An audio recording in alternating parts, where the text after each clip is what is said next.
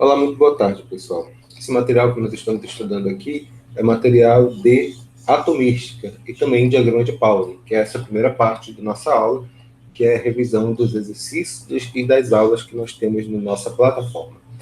A gente vai fazer uma série de questões de vestibular e eu vou tentar explicar para vocês, eu vou ensinar a vocês a como ler essas questões e como fazer a interpretação delas aplicando para o assunto que nós estudamos agora há pouco, de atomística, modelos atômicos, e também a aplicação de diagrama de Linus-Pauling, massa atômica, número de prótons, número de elétrons, a aplicação completa dessa parte. Então, anotem tudo detalhadamente.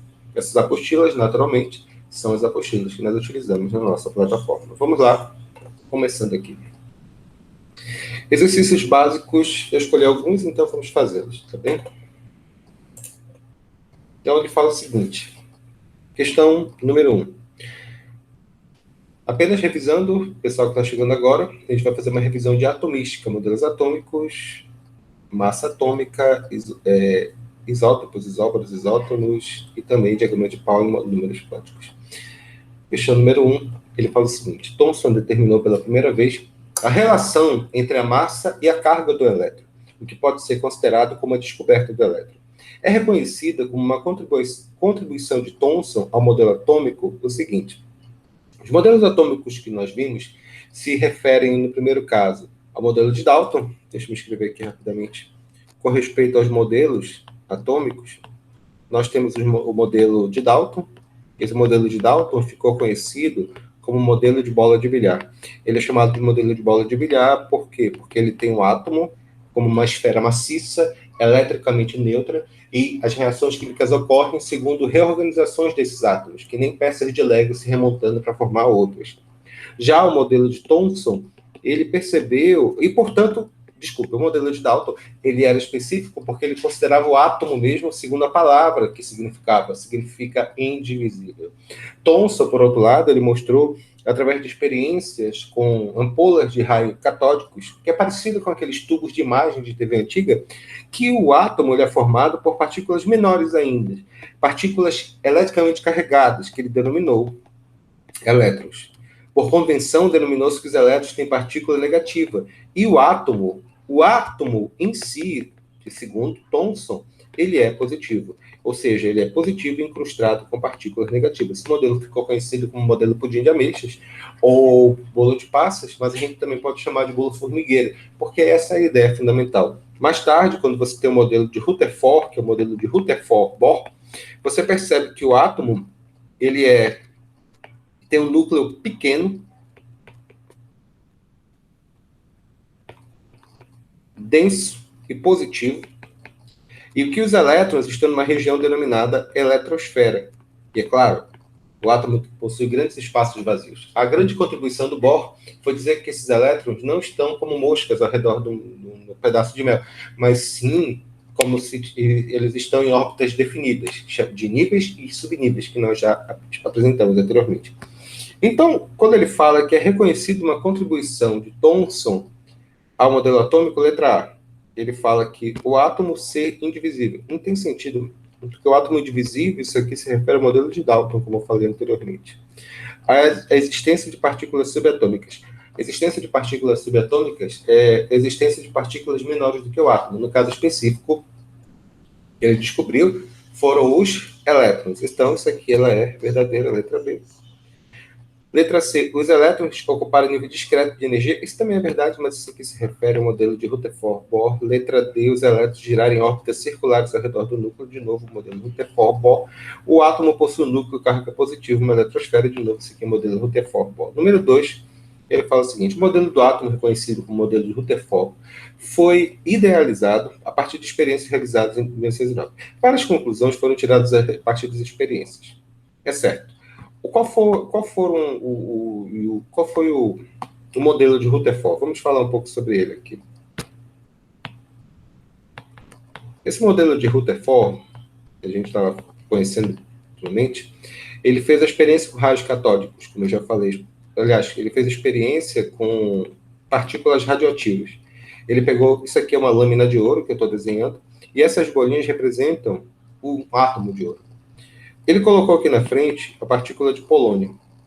E ao redor de tudo isso, ele colocou filme fotográfico. É porque as partículas radioativas, conforme elas vão saindo da lâmina de polônio, elas, quando batem no filme fotográfico, elas deixam manchas, como se fossem fotos, sabe? Rutherford esperava que essas partículas batessem e voltassem, sabe? Por quê? Porque ele imaginava que, segundo o modelo de Thomson, o átomo ele é uma esfera maciça como um pedaço de tijolo.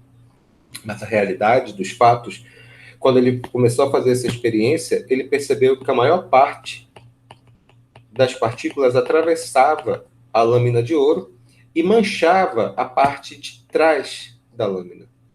Ou seja, as partículas estavam atravessando a lâmina de ouro, ela não tinha nenhum buraco. A grande questão é que Rutherford acabou percebendo que o núcleo ele é pequeno, positivo. E quando os raios catódicos passavam por aqui, eles passavam direto. Deixa eu colocar mais alguns núcleos aqui para a gente poder entender. Então, esses raios radioativos, essas partículas radioativas são partículas alfa, como o átomo, ele em si, Rutherford descobriu que eles são com grandes espaços vazios, esses raios passam diretamente entre eles. Óbvio que, às vezes, algum raio passava próximo do núcleo, então desviava, porque as partículas alfa eram positivas.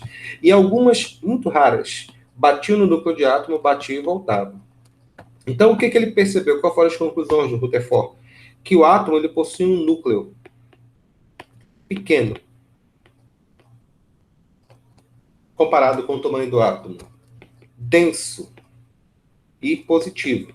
Isso é muito interessante, porque, vocês terem uma ideia, quando o Rutherford fez uma analogia, eu ajudando vocês a entenderem, é como você pegasse a arena da Amazônia completa e a arena da Amazônia fosse do tamanho de um átomo. Uma formiguinha no centro da arena da Amazônia seria o núcleo desse átomo. E mais importante, toda a massa da arena estaria naquela formiguinha. E os elétrons estão ao redor, numa região ao redor do núcleo. Então, vocês perceberem como o átomo ele tem grandes espaços vazios. Então, ainda nessa condição, além do núcleo, você tem dentro do núcleo do átomo uma região denominada eletrosfera. E nessa região você tem o quê? Você tem os elétrons. Mais tarde, outros cientistas descobriram que esse núcleo ele tem duas partículas fundamentais, o que nós chamamos de prótons e de nêutrons. E esses prótons e os nêutrons, eles formam o que nós chamamos a massa de um átomo, porque os elétrons dentro de um átomo, eles têm a massa considerada desprezível. Então, é bem interessante isso daqui. Então, quando ele fala aqui, olha, que o modelo ele fala quando o modelo de átomo conhecido como modelo de Rutherford foi realizado, várias conclusões foram tiradas a partir dessas experiências. É certo, letra A. O que ele fala aqui? O átomo apresenta predominantemente espaços vazios. Na verdade, o é certo, ele quer que marque errado, né? Então, isso aqui é verdade. O átomo, ele apresenta espaços vazios, segundo a experiência de Rutherford. Isso aqui está certo. A gente é errado. Letra B. O núcleo é a região mais densa do átomo. Mais uma vez, o modelo de Rutherford percebeu que o núcleo do átomo era pequeno denso positivo. Letra C. O núcleo atômico apresenta carga elétrica positiva, sim, porque dentro do núcleo do átomo tem os prótons. Letra D, que, obviamente, nesse caso específico vai ser a nossa resposta, o núcleo é praticamente do tamanho do átomo todo. Isso aqui é falso, né? Isso aqui é falso. Que a letra D é a resposta certa. O núcleo é uma parte ínfima do átomo, embora ele contenha toda a massa do átomo praticamente, porque os elétrons têm massa, tem alguma massa, mas na prática ela é desprezível. Ficou claro? Beleza. Não esqueça aqui que eu estou acompanhando vocês. Vocês podem, por favor, fazer perguntas, caso queiram fazer alguma coisa, podem falar, tá bom? Beleza? Vamos lá. Só um minuto que eles perguntam, não. Ana Júlia, Gabriela, Guilherme, Vitória. Pode ficar à vontade de fazer perguntas, tá bem? Questão número 5. Ela aqui é bem interessante aqui também, bem legal. Aliás, questão número 3 é legal. Ele fala o seguinte aqui. Eletrosfera, o que é eletrosfera? Eu já falei, eletrosfera é a região do átomo onde você encontra os elétrons. Ela é praticamente o átomo todinho. A eletrosfera é a região fora do núcleo. Mas como o núcleo é uma coisa tão mínima, a eletrosfera é a região do átomo, é a região que delimita, por assim dizer, o próprio átomo. Então, quando ele fala assim, a eletrosfera é a região do átomo que concentra praticamente toda a massa do átomo, não, isso aqui é o núcleo, tá? Contém partículas de carga elétrica positiva, não, falsa, porque a eletrosfera contém as partículas de carga negativa. Letra D, possui partículas sem carga elétrica, poxa, mentiroso, tem os elétrons, que são negativos. A partícula que não é eletrizada são os nêutrons. Letra D, permanece inalterada na formação dos íons. Olha, essa questão aqui ela pode ficar um pouco confusa. Porque o que acontece aqui, a eletrosfera é a região que tem os elétrons. Quando você forma íons, ou o cara ganha, ou o cara perde elétrons. Isso altera o tamanho da eletrosfera. Letra E tem volume praticamente igual ao volume do átomo. Sim, isso aqui é a resposta, isso aqui está correta. Minha querida amiga Aline, seja bem-vinda, tá bem? Fique à vontade, tá? Questão número 5. A gente vai fazer um monte de questões, não se preocupe não, um monte de coisa para a gente fazer. As questões teóricas, né?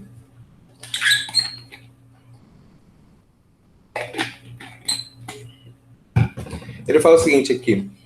Para representar e explicar a natureza, utiliza-se modelos, um deles modelo de Rutherford. Rutherford bombardeou uma finíssima lâmina de ouro com partículas emitidas de material radioativo. Analise as proposições a seguir, identificando as verdadeiras e as falsas. Letra A, vamos lá? As partículas emitidas pelo material radioativo eram partículas alfa, ou seja, elétrons de alta energia. Como eu falei anteriormente, aqui tinha dentro uma partícula. Essa substância chamava-se polônio. O polônio é um elemento que nós chamamos de elemento radioativo.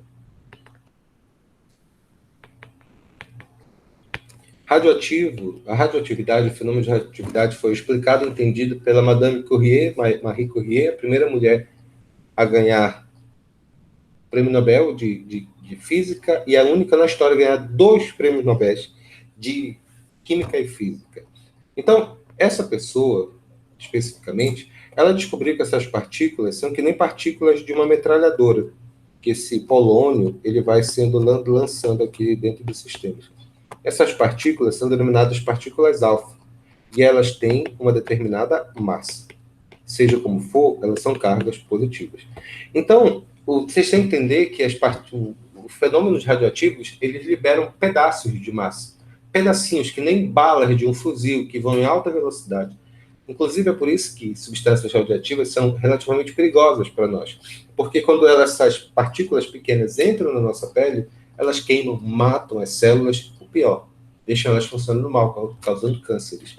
Então, as partículas alfa, elas são positivas e são formadas por uma determinada massa. Então, não são os elétrons, porque lembre-se, os elétrons têm massa desprezível. Então, nessa questão, especificamente aqui, quando ele fala que as partículas emitidas pelo material radioativo eram partículas alfas, ou seja, elétrons de alta energia, isso aqui é fake news. Tá bom? Muito bem. Letra B, que ele fala aqui. Rutherford formulou um modelo atômico semelhante ao sistema solar. Bom, isso é verdade. Uma região central e o envoltório, denominado eletrosfera. Sim, isso aqui é a definição clássica, né? Porque você tem um núcleo pequeno desse positivo e ao redor dele você tem uma região que nem é o sistema solar, onde estão os elétrons ao redor desse núcleo. Então, isso aqui é verdadeiro. Bacana aqui. Letra B é verdadeira. Não esqueça que ele quer que marque várias. Na letra C, na região central do átomo está concentrada praticamente toda a massa do átomo. Sim, é porque dentro da região central tem um núcleo. E dentro desse núcleo eu tenho os prótons e os nêutrons. Dentro do núcleo eu tenho os prótons e os nêutrons. E é isso que define a massa de um átomo. Porque a região ao redor do núcleo do átomo, denominada eletrosfera, ela só tem os elétrons. Os elétrons, ex-namorado da Júlia, o que é? Desprezível. Entendido? Massa desprezível. Ficou claro? Beleza. Letra D. Ele fala o seguinte aqui. No envoltório, seja em volta, né? No envoltório, a eletrosfera está concentrada praticamente toda a carga positiva e toda a carga negativa. De novo, é fake. Como eu já falei anteriormente, dentro do núcleo do átomo, você tem aqui, segundo esse modelo que eu falei, você tem uma região pegar aqui rapidinho. Você tem aqui o núcleo do átomo bem pequeno. E dentro dessa toda região aqui, você tem um núcleo. E dentro desse núcleo, eu tenho dois tipos de carga. Tenho as cargas positivas, tenho os prótons, e tenho a carga carga nula, que são os nêutrons. E ao redor dessa região, eu tenho várias camadas, eu tenho os elétrons, que são as cargas negativas que existem dentro dele. Então, quando ele fala nessa questão aqui, que no envoltório da eletrosfera está concentrada praticamente toda a carga positiva e carga negativa, isso é falso. Letra E. O envoltório que constitui a eletrosfera é uma região praticamente sem massa. Sim, porque ao redor do núcleo tem os elétrons praticamente não tem massa. Letra 6, questão 6, aliás. Na experiência de espalhamento de partículas alfa, conhecida como experiência de Rutherford, um feixe de partículas alfa foi dirigido contra uma lâmina finíssima de ouro.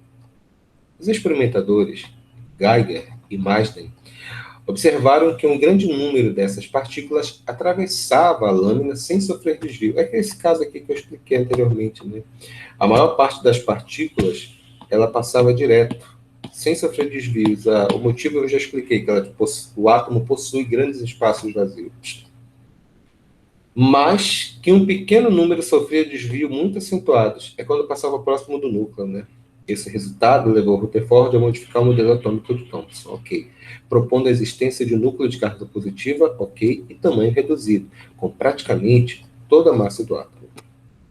Qual é a alternativa que apresenta o resultado que era previsto para o experimento de acordo com o modelo de Thomson? Deixa eu só recapitular. Se o modelo de Thomson, deixa eu me apagar aqui, por favor, para explicar aqui alguns detalhes importantes. Só um minuto, por favor.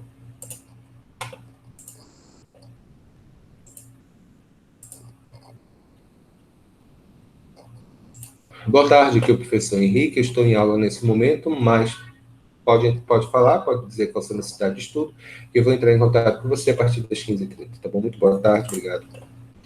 Então, pessoal, é o seguinte, o modelo, como eu falei anteriormente, isso aqui é o modelo que ele falou, que são os átomos. Esses átomos são essas bolinhas redondas aqui.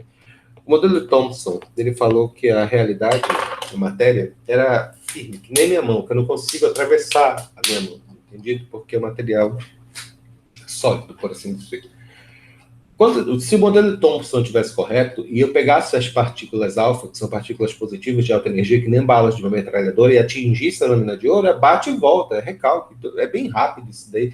Por quê? Porque se o modelo de Thomson estivesse correto, foram-se partículas sólidas, que nem uma peteca, que aqui no Amazonas a gente chama peteca, bolinha de gude, tá? Se fosse que nem uma peteca, o que acontece? A partícula bate e volta. Se passar alguma partícula, é uma ou outra porque tem algum buraco na lâmina, mas a maior parte vai desviar. A maior parte vai voltar. O que acontecia, então? Se o modelo de Thomson tivesse efetivamente correto, o que aconteceria? A partícula bate e volta, bate e volta, bate e volta, bate e volta, e assim por diante.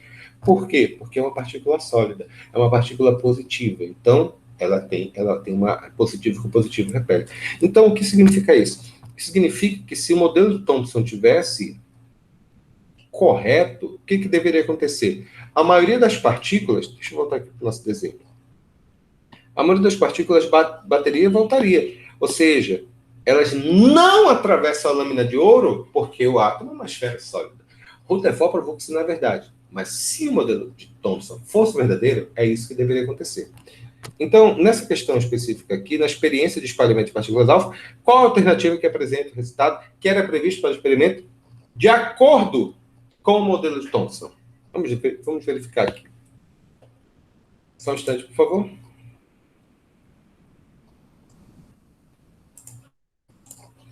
Então, em primeiro lugar, letra A, ele fala o seguinte aqui. A maioria das partículas atravessaria a lâmina de ouro sem sofrer de... Não, isso aqui não é o modelo de Thomson. Isso aqui é o modelo de Rutherford, que ele acabou eventualmente descobrindo. Não é isso que aconteceria se o modelo de Thomson fosse verdadeiro. Letra B.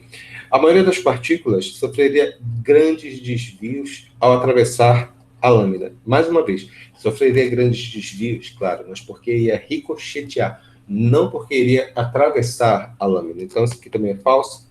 Letra C. A totalidade das partículas atravessaria a lâmina de ouro sem sofrer nenhum desvio. De novo, isso aqui não é verdadeiro. E letra D.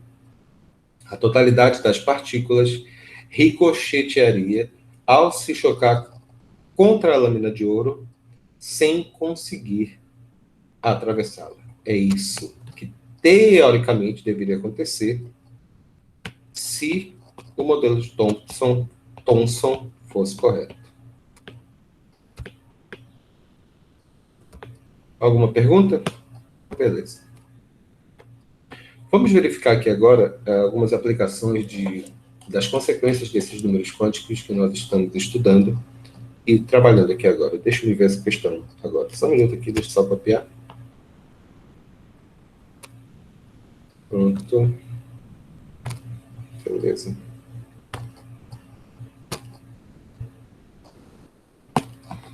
Bem, vamos fazer alguns exercícios, tá bem?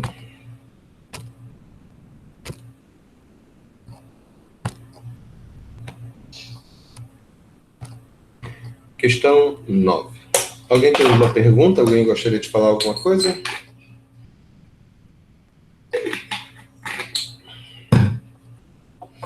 Muito bem, a gente faz o seguinte aqui. Um átomo neutro tem 15 elétrons e 16 nêutrons. Seu número de massa é... Quando nós temos um átomo qualquer, ele pode ser representado assim, um átomo X, onde aqui é o número A, aqui é o número de prótons e aqui é o número de nêutrons. Isso aqui significa o quê? Anotem, por favor. Isso aqui significa número de massa, que é a massa de um átomo.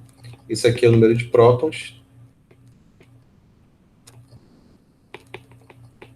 E, é claro, isso aqui é o número de nêutrons.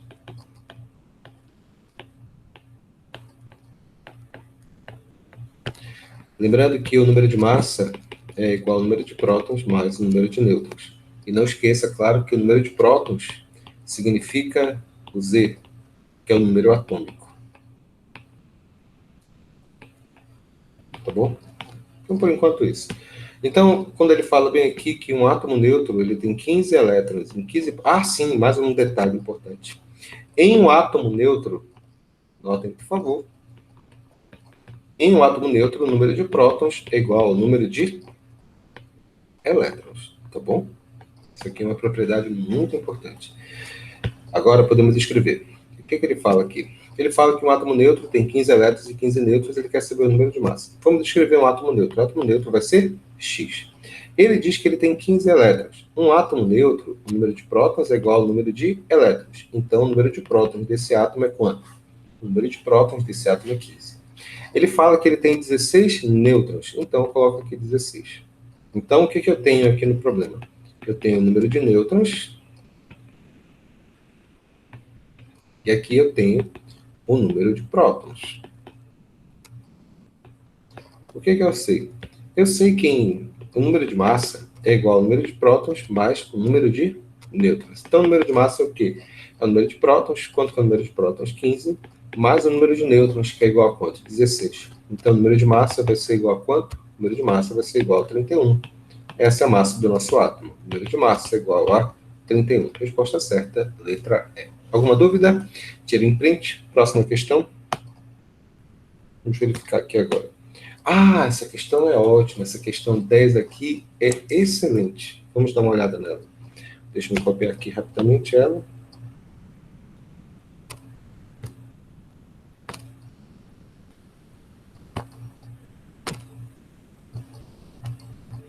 Pronto.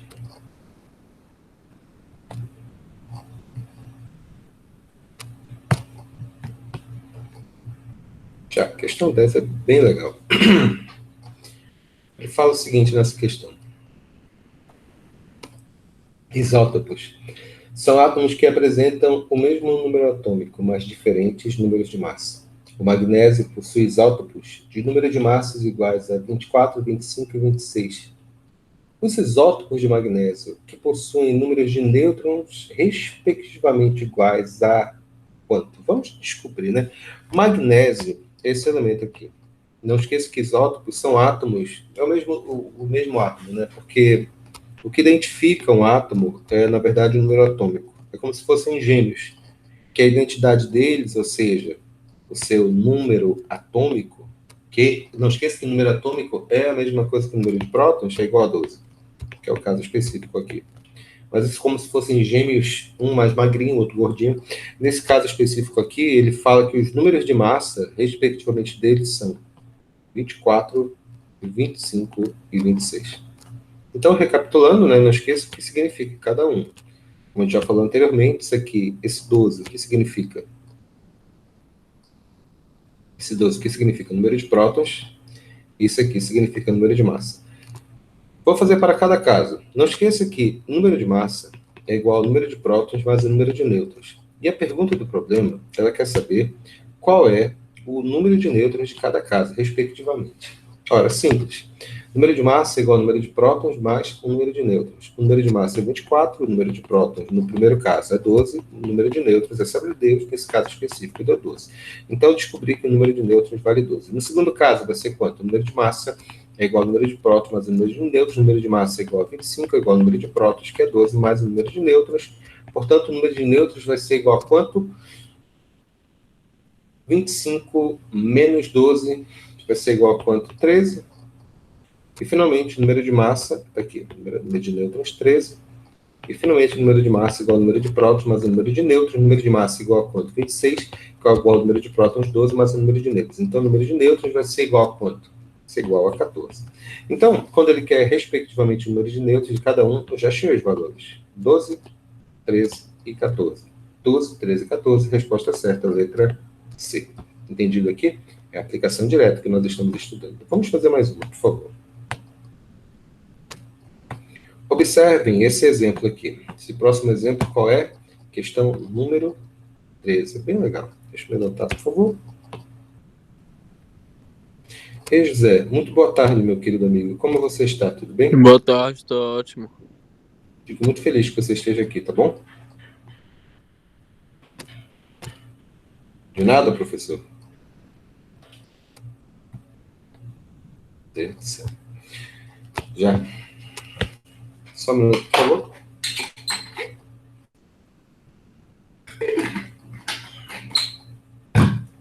Então ele fala o seguinte aqui. O número de prótons, nêutrons e elétrons representados por... Olha o que ele escreveu. Eu vou colocá-lo aqui, tá bom? Não esqueça que ele quer o número de prótons, ele quer o número de nêutrons, ele quer saber o número de elétrons. Então, vou escrever aqui. Eu tenho um bário, que ele tem número de massa 138, número atômico 56 e 2 mais. É um determinado átomo, toma cuidado aqui, deixa eu escrever algo importante. Se eu tenho um átomo X, está escrito 2 mais, ou se eu tenho um átomo Y, escrito 2 menos, no primeiro caso eu tenho um cátion, e no segundo caso eu tenho um ânion. Cátion é o átomo que perdeu elétrons. E ânion é um átomo que ganhou elétrons. Essa representação pode ser escrita na forma mais 1, mais 2, mais 3, mais 4, dependendo de cada caso. E do mesmo jeito, ânion pode ser escrito menos 1, menos 2, menos 3, ou simplesmente menos, indicando que é menos 1. O menos indica que ele ganhou o passado, ganhou elétrons. Isso é muito importante. Então, vamos lá. Aí ele quer saber, vamos lá, em primeiro lugar, vamos identificar o que nós temos. O que significa isso daqui? Isso aqui é o número de massa, isso aqui é o número de prótons, isso aqui é a carga do elemento. Ou seja, o número de elétrons que ele perdeu, ganhou. No caso, como a carga é positiva, ele perdeu elétrons. Vamos lá. Qual o número de prótons? O número de prótons significa o número atômico desse elemento. O número atômico desse elemento é 56. Portanto, o número de prótons é 56. Ele tem 56 prótons. Tranquilo. Ele quer saber agora o número de nêutrons. O número de nêutrons, bom, o número de massa é igual ao número de prótons mais o número de nêutrons. O número de massa é igual a 138, o número de prótons é 56, que é a mesma coisa que o número atômico mais o número de nêutrons. Portanto, o número de nêutrons aqui vai ser igual a 138 menos 56. Isso aqui vai ser igual a quanto? Vai ser igual a 196, 2, 86. 82, perdão. 82. 82 nêutrons. Eu acho que 82. Que bacana, já foi. Número de prótons, número de nêutrons. Agora, qual é o número de elétrons? Lembra o que eu falei? Eu falei anteriormente que em um átomo neutro, o número de prótons é igual ao número de elétrons. Eu falei que em um átomo neutro, o número de prótons é igual ao número de elétrons.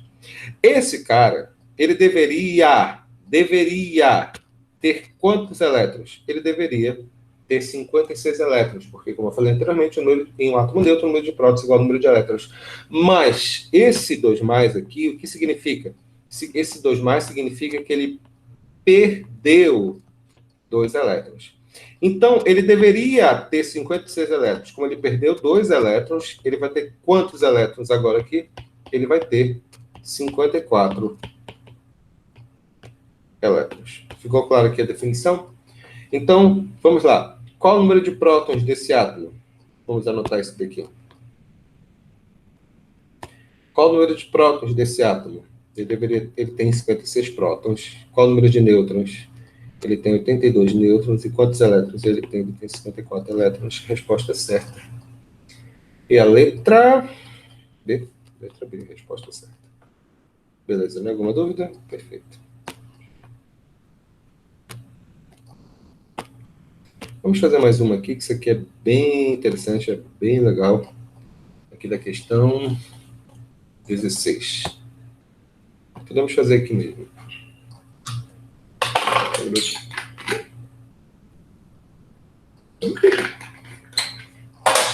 Só um instante, por favor.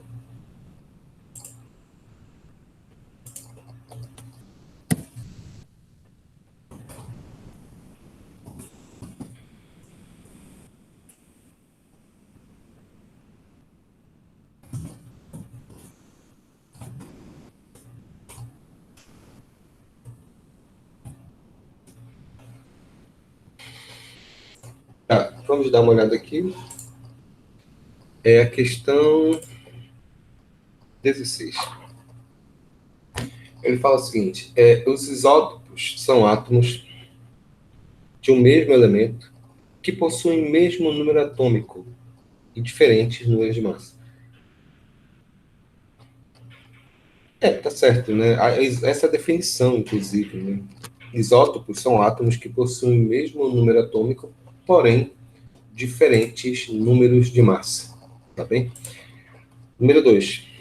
O número atômico de um elemento corresponde ao número de prótons no núcleo de um átomo. Sim, isso é importante lembrar, porque o que define a identidade de um elemento químico é o número de prótons que existem no núcleo dele. Não é o número de elétrons, não é o número de nêutrons, é o número de prótons. É isso que define a identidade de um elemento químico. Então, quando ele fala aqui que o número atômico de elemento corresponde ao número de prótons, está ok. Letra E. A questão 3, aliás, questão 3, ele fala o seguinte: o número de massa o número de massa de um átomo corresponde ao do que tem no núcleo, tá? No núcleo, o que eu tenho? Tenho prótons e nêutrons, então é isso que ele tem que falar. O número de massa corresponde à soma do número de prótons e do número de elétrons? Não tem sentido. O número de massa, como nós já escrevemos várias vezes, o número de massa é igual ao número de prótons mais o número de nêutrons. O número de massa é o número de prótons mais o número de nêutrons. O que significa isso? Significa que é só o que existe no núcleo. No núcleo tem prótons e nêutrons. Os elétrons estão numa região denominada eletrosfera, uma região fora do núcleo do átomo. Então, resposta certa, são 1 e a 2, né? Tá certa? 1 e a 2 tá certa. Questão letra D. Resposta certa aqui. Morreu, acabou. Bacana. Próximo.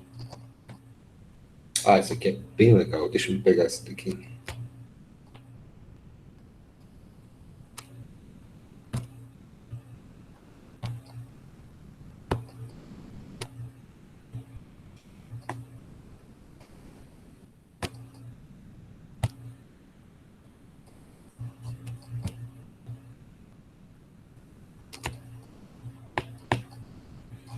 Já, vamos lá. Começando aqui. Ele fala na questão 20 o seguinte: o isótopo mais abundante de alumínio é o isótopo de massa 27 e número atômico 13. Ficou claro isso que eu falei, né? Massa 27 e número atômico 13. O número de prótons, o número de nêutrons e o número de elétrons do alumínio de carga 3+, ou seja, do íon alumínio de carga 3+, desse isótopo, é igual a quanto? Ele fala isótopo dessa forma porque vocês têm que entender que não existe apenas um alumínio no universo. Dependendo de onde vem o alumínio, a gente pode saber até de que planeta ele veio, porque, embora o número de prótons do alumínio seja constante, que é 13, o número de massa dele altera, dependendo do tipo de isótopo que ele tem. Isso é comum no universo, tá bom? Então, vamos tentar colocar aqui. Eu tenho alumínio, número atômico 27 de massa 13. Aliás, número de massa 27 e número atômico 13. Então vamos lá. Qual é o número de prótons? O número de prótons é a mesma coisa que o número atômico. O número atômico deste átomo vai ser o quê? Vai ser 13. Então esse cara tem 13 prótons. Isso aqui está fácil. Ele quer saber agora o número de nêutrons. Qual é o número de nêutrons? Bom, nós aprendemos que o número de massa é igual ao número de prótons mais o número de nêutrons. O número de massa é 27, o número de prótons é 13, o número de nêutrons é N. Então, qual vai ser o número de nêutrons aqui? O número de nêutrons aqui vai ser 27 menos 13, que vai ser igual a 14. Então, nosso amigo aqui, ele tem 14 nêutrons. Bacana, legal. Agora, quantos elétrons ele tem? Eu acabei de falar anteriormente. Em um átomo neutro, o número de prótons é igual ao número de elétrons. Quando eu falo átomo neutro, é o cara que não é cátion nem ânion, ou seja, não é um íon, ele não perdeu carga positiva ou nem ganhou carga negativa. Não é o caso aqui. Nosso amigo aqui, ele tem alumínio 3+, então cátion. Ele perdeu, passado, ele perdeu 3 elétrons. Então, o que significa isso daqui? Ele, nosso átomo aqui, ele deveria ter 13 elétrons. Como ele perdeu 3, ele tem 10 elétrons nesse momento, tá bom? Então, terminando, quantos elétrons o nosso amigo tem? Ele tem 13 elétrons. Opa, desculpa. Acabei de falar o contrário, né? Ele tem 10 elétrons. Então, qual vai ser a resposta? 13 prótons, 14 nêutrons e 10 elétrons. A resposta certa é a letra A. Moleza, não é verdade? Vou fazer mais uma aqui.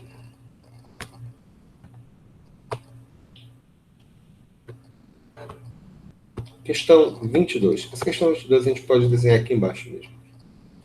Mackenzie São Paulo, questão 22, como é que ele relaciona, como é que ele coloca aqui?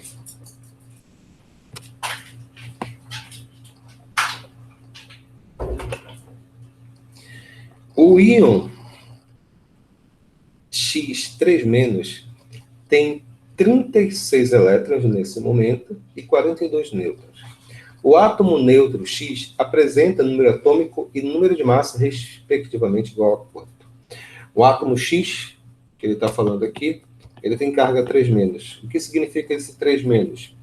Esse 3- significa que ele ganhou 3 elétrons. Esse 3- significa o quê?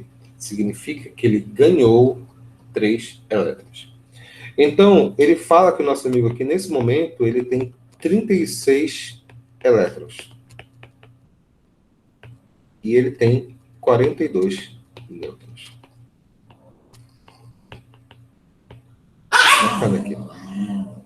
Se ele tem 42 nêutrons, o que significa? Perdão, se ele tem 36 elétrons, o que significa isso? Significa que quando ele ganhou 3 elétrons, nesse momento ele tem 36. Portanto, antes de ganhar esses 3 elétrons, ele tinha 33 elétrons. Lembre-se que em um átomo neutro, o número de prótons é igual ao número de elétrons. Se nesse momento ele tem 36 elétrons, porque ele ganhou 3, é porque antes ele tinha 33. 36 menos 3, estão entendendo? Então, qual é o número atômico desse cara? O número atômico desse cara é 33, ou seja, ele tem 33 prótons. 33 prótons, ganha 3 elétrons, vai ficar... Muito obrigado. O número de prótons ele tem número de prótons igual a 33, ele recebe 3 elétrons, ele vai ficar teoricamente, com 36 elétrons. Ficou claro? Bom, continuando aqui. Ele tem 42 nêutrons, 42 nêutrons. Está faltando achar o que agora? O número de massa. Como eu falei anteriormente, o número de massa é igual ao número de prótons mais o número de nêutrons. O número de massa vai ser igual a quanto? O número de massa vai ser igual ao número de prótons, que é igual a quanto? 33, mais o número de nêutrons, que vai ser igual a 42. Esse número de massa vai ser igual a quanto? 33 mais 42, 3 mais 2, 5, 7. Vai ser igual a 75. Então, respectivamente, nosso amigo aqui tem 42 nêutrons. Número atômico, quanto que é o número atômico dele? Desculpa aqui. O número atômico dele vai ser igual a 33. E o número de massa vai ser igual a 75. Resposta certa, letra D de doido. Bacana, né? Muito bom. Essas questões aqui, elas não são muito complicadas, né? Mas tem que prestar atenção nos detalhes, tá bom? Rapidinho aqui.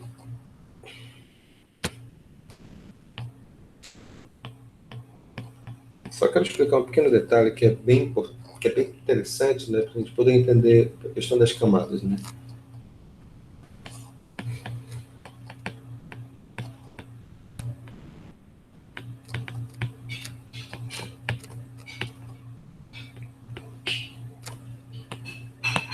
O Tefort, ele falou que os átomos, eles tem espaços grandes vazios, né? Dentro do átomo tem um núcleo pequeno denso positivo, e os elétrons, eles estão numa região denominada eletrosfera, sabe? Uma região que você pode encontrar esses elétrons.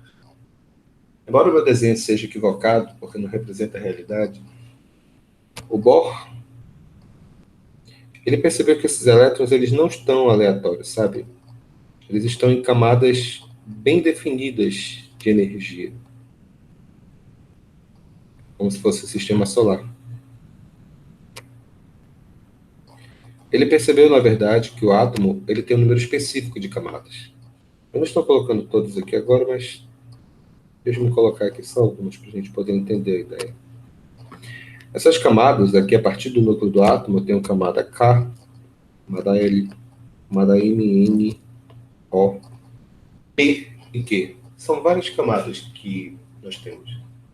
E que cada camada suporta um número muito específico de elétrons. Para mais informações, por favor, assista a minha aula de diagrama de Pauli e também número de camadas, conforme eu já tinha falado anteriormente. Bom, o que isso tem a ver? É que, às vezes, um átomo ele tem que ficar dentro das suas determinadas camadas de energia. E ele só pode passar para essa camada exterior se alguma coisa muito importante acontecer. Às vezes, um elétron ele se encontra numa determinada camada, por exemplo, nessa camada L aqui. E por algum motivo ele é excitado. Quando a gente fala excitado, significa que ele recebeu uma energia externa. E esse elétron que está bem aqui, quando ele é excitado, recebe energia, ele pula para uma camada anterior, uma camada posterior. Quando ele pula para essa camada posterior, ele absorve energia. Essa absorção de energia, quando o elétron vem de uma camada interna para uma chamada camada mais interna, recebe o nome de quantum. Quantum. Poxa, escrever. Quantum. No momento em que esse elétron ele pula para essa camada mais externa, ele percebe que ele não tem energia suficiente para permanecer aqui. Lembre-se, ele foi forçado para uma camada mais externa. Então, nesse momento, ele volta para a sua camada normal, para a sua camada original. Nós dizemos, nesse momento, que quando ele volta, ele libera uma outra energia, chamada fóton. A gente chama de luz. Em resumo, senhores, isso aqui é a explicação porque o fogo existe. Quando você vê uma fogueira, você vê aquelas labaredas amarelas, vermelhas, na madeira, por exemplo, queimando. O que você vê, na verdade, são apenas elétrons pulando de uma camada mais interna para uma camada mais externa e em seguida voltando. Esse fenômeno, quando ele volta para a sua camada normal, é o que nós chamamos de formação de luz ou chama, né? O interessante, meninos, é que, dependendo da substância, cada substância tem uma cor muito específica.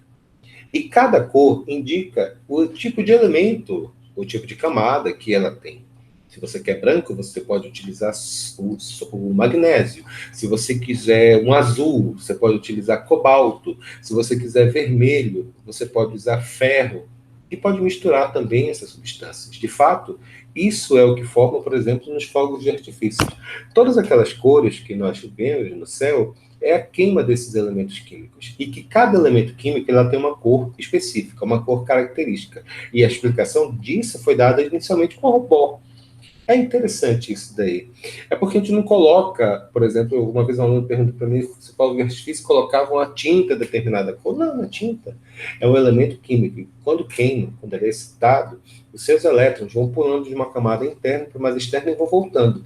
E esse fenômeno é o que forma as cores que nós vemos, as cores que nós temos na queima desses materiais. Interessante, na verdade. A chama do gás, por exemplo, ela tem uma cor azulada. Por que ela tem uma cor azulada? Porque hidrocarbonetos, quando queimam, eles têm essa cor. Não tem o azul da Fogás que fala? Pois é, aquilo ali são nada mais é do que a prova que os elétrons existem. É muito bonito, na verdade, a explicação. Então, nessa questão aqui, são duas questões importantes, né, que a gente vai colocar. Mas primeiro vamos dar uma olhada nessa questão 26, que ela pode rever algumas coisas. Então, ele fala o seguinte aqui. Chama-se fóton certa quantidade de energia capaz de... O que é fóton? Como eu falei anteriormente, quando você tem o núcleo de um átomo, tem a camada, um elétron, ele pula de uma camada mais interna para uma camada mais externa e depois volta. E quando ele volta, ele libera essa energia na forma de luz, na forma de fóton. Então, o que é o fóton? O fóton, na prática, é a energia absorvida por um elétron que ele libera quando ele volta para sua camada anterior. Então, vamos lá. Chama-se fóton certa quantidade de energia capaz de expulsar o elétron do átomo? Não. Ninguém vai expulsar o elétron do átomo. Só vai excitar o átomo, o elétron. Ou seja, mudar a órbita dele. Letra B. Sempre que é absorvida pelo elétron, mudar sua trajetória para outra mais externa. Sim, isso aqui é verdade. Apenas para manter o elétron nessa órbita. Não tem sentido desintegrar o átomo. Isso aqui não é bomba atômica. Transformar o átomo num ângulo. Não, isso aqui não é verdade. A gente não está perdendo o elétron. A gente está fazendo apenas ele se movimentar. Não é que é legal essa questão? Interessante, né? Muito bem, vamos lá. A segunda coisa aqui... Esse aqui é um conceito teórico só para poder explicar uma coisa que eu acabei de falar para vocês. Só um minuto, por favor.